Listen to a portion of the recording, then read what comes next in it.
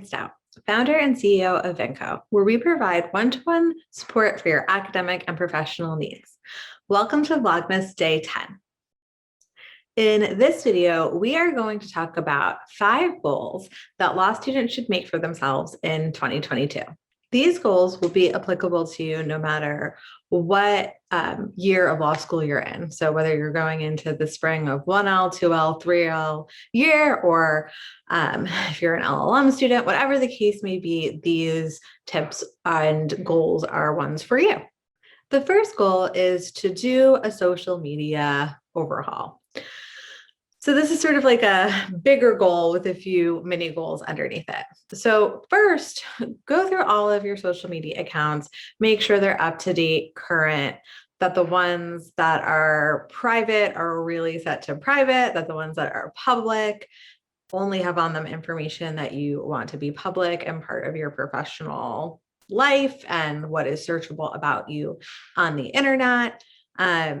Go through and clean up your connections, see, if there are other people who you want to connect to. Remember, social media, now that you've decided to be a professional person in the legal world, that means that you have to be careful about your social media presence and you have to think of it as an extension of your professional personality. So it's not for me to tell you what to post and not post. My piece of advice is just to be thinking about it as part of your professional persona and make sure that whatever you're posting there is in alignment and is a reflection of what you want to show, right? So if it's not something that you would say or do in a professional setting and it's on your public social media profile, well, that might be something to consider. And again, not all of your profiles have to be public. You can decide which ones you want to have public, which ones you want to have private, but now is a good time to do that and to be thinking about those things. The second goal is to do a resume refresh. In my experience, people only update their resumes when they need it. And that's the worst time to be doing it because usually you are in a crunch, on a deadline, you're desperately trying to get mom, dad, or someone from the school to look it over in a hurry. And that is not how we ever do our best work.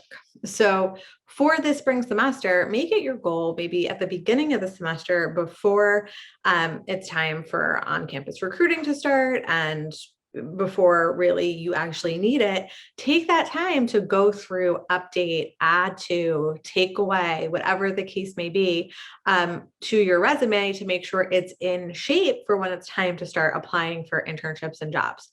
It would be a great time to make an appointment with the career services at your school. You may or may not know, depending on what point you are at in your law school journey, that law school resumes and legal resumes look a little different than the average resume. So this would be a good time to go get that checked out, make sure it's formatted correctly, proofread, and that way it's good to go. So when you're trying to write cover letters and get your writing samples together for your applications in the future, you're not also worrying about your resume as well. Goal number 3 is to expand your professional network.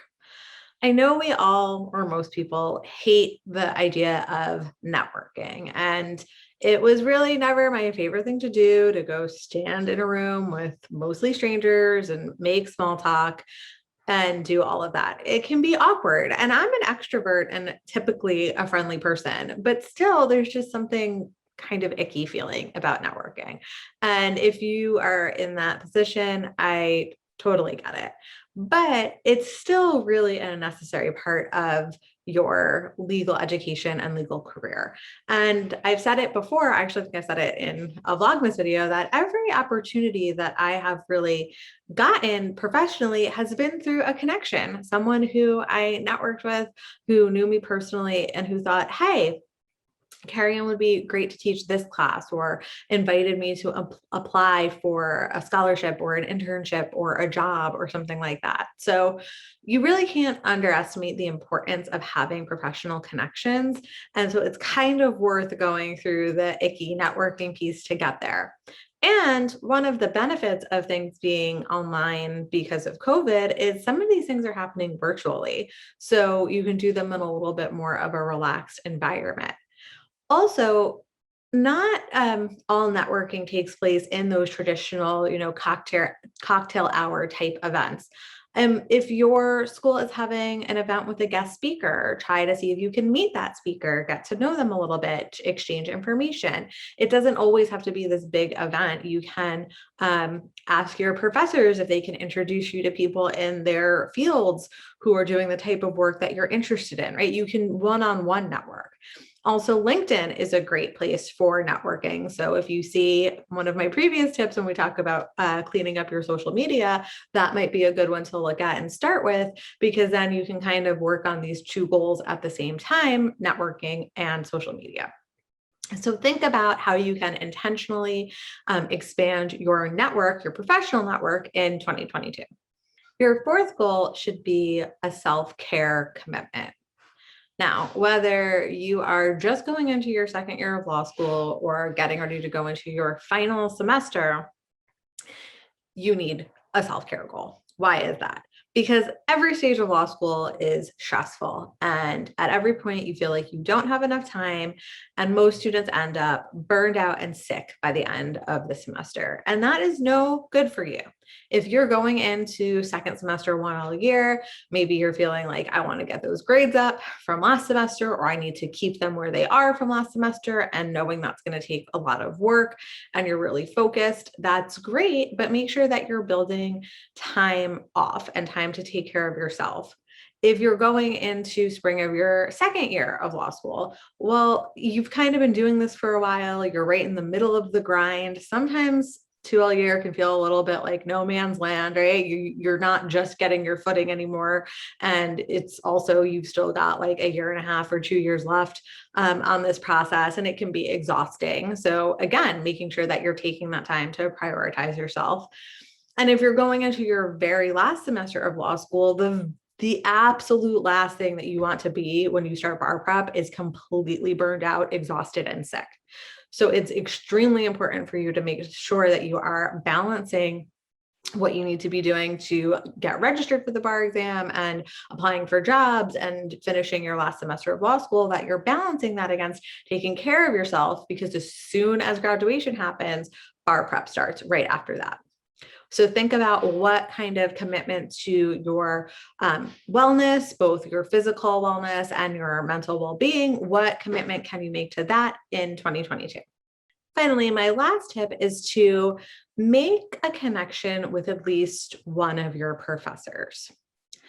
So there's a few reasons for this. Now, if you are a little bit later in your law school career, maybe this has happened naturally for you and you can already name a few. If you're a little bit earlier in your career, maybe you haven't done this yet, or maybe it's just something you haven't given much thought to.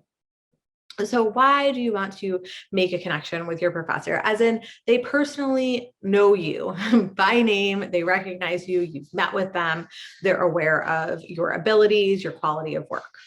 Well, many of the jobs that you're going to apply for require references. And as someone who is regularly asked to give references, it's really hard when you don't know the person. Now, I want to help out all of my students. And so if I can at all write the reference, I will. But I can guarantee I am writing a better, more well-developed reference if it's a student who I actually really do know personally, who's come to office hours, who stayed after class to discuss things, who's raised their hand in class and participated. And so if this is something that maybe hasn't come naturally to you, and if you can't name 2 or 3 professors who you think really know you and would feel comfortable to write you a good letter of recommendation, now is the time to go out of your way to start making those positive impressions and making yourself someone who they want to go out of their way for to write that letter of recommendation for you. And again, whether you are just going into spring of one all year, you need recommendations for internships, for scholarships. And if you are a little bit later in your career, you need recommendations for jobs. So make sure that you are intentionally cultivating and creating these relationships in 2022. I hope these tips set you up for a great spring semester and that you feel like you have some clear goals and things to achieve. I will see you back here tomorrow for day 11. And in the meantime, don't hesitate to reach out to info@bancoprep.com if you have any questions.